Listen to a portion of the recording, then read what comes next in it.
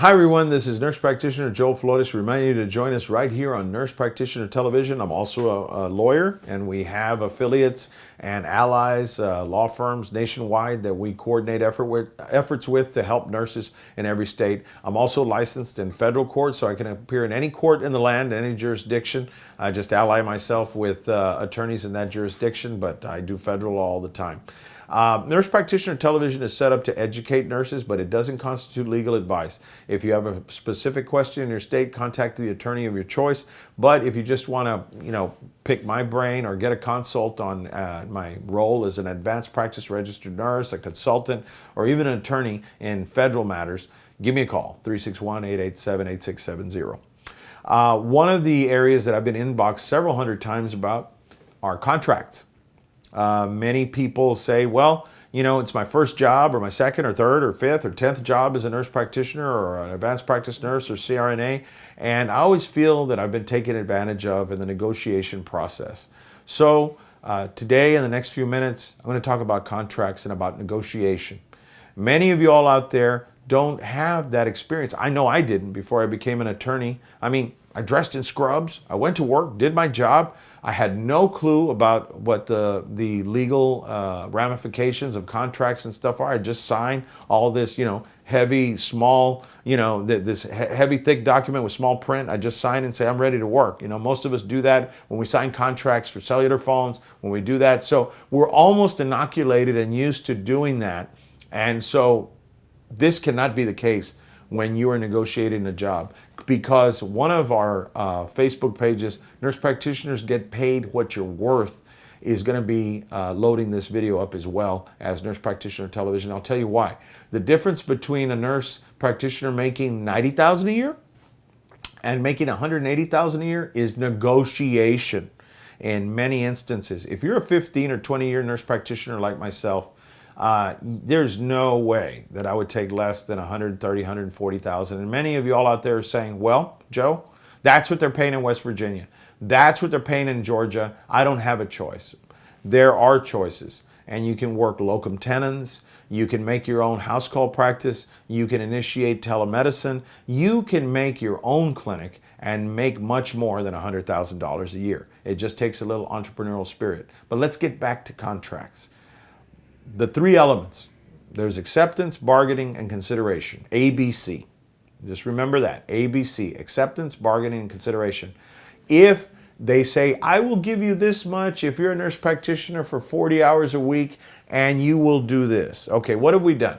We've made an offer, and there is some bargaining going on. You might go back and forth, and then you accept it. Okay, but there has to be consideration. Okay, in the legal terms, consideration means money, means also continuing education package, paying for your malpractice. And in our other episode, we always say, carry your own part-time malpractice. You never know when you're going to change jobs, and you don't want a gap in coverage. So stay tuned on that episode on insurance. But going back to contracts, remember this key piece of advice. He who makes the first offer of money always loses. What do I mean by that?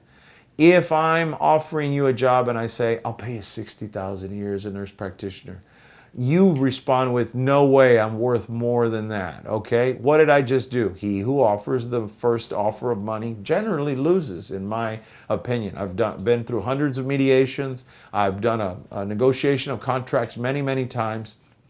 And let me tell you, the first numbers out there are not the ones that are going to get settled on.